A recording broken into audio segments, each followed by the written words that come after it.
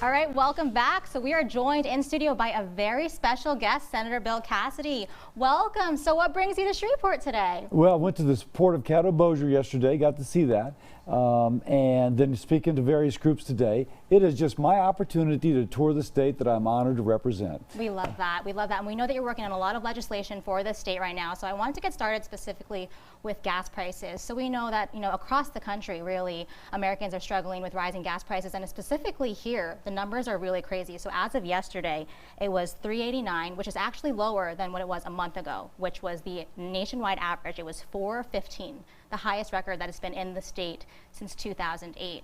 So what are you doing to help everyday families? We're pushing the administration, the Biden administration, to allow the American people to produce our own natural resources.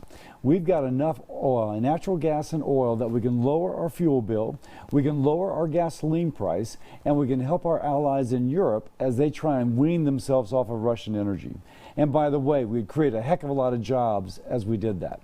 The Biden administration has been trying to kill oil and gas with a death of 1,000 cuts. And then they're surprised when we don't have enough oil and gas. So we're pushing them. Wait a second, if you want more oil and gas, you got to speed up your permitting process. You got to stop harassing people, and you've got to stop intimidating folks that might provide capital to produce this.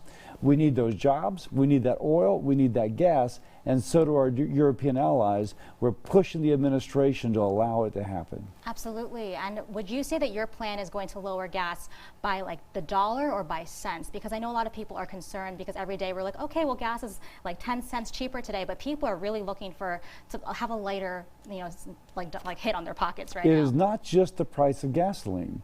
Yes. Fertilizer is made from natural gas. I saw that. And so if your food is up in cost, in part it's because the cost of fertilizer is more. So if we have more natural gas produced, and by the way, this region, the Haynesville Shale, is, if you will, part of the global fight against Russia. Yes. The more gas we produce, the more wealth we produce for this area up here, but the lower our production costs, for example, of fertilizer, and the more we help our allies. If your gas prices are cheaper, it helps inflation because the price to bring your product to market is lower. It costs less fuel to power the truck. Yes. On and on. So I think we can hit inflation at multiple ways to lower inflation, not just at the pump, but in the grocery store and elsewhere.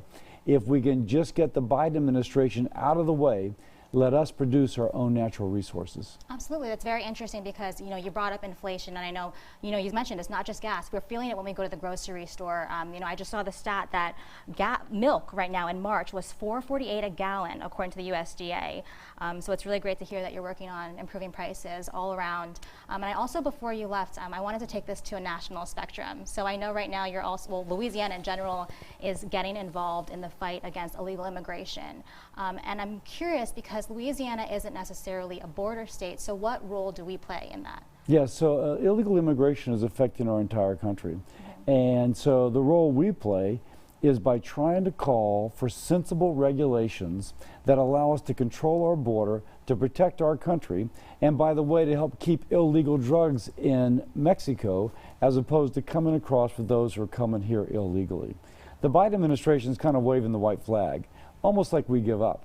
But it's not just people.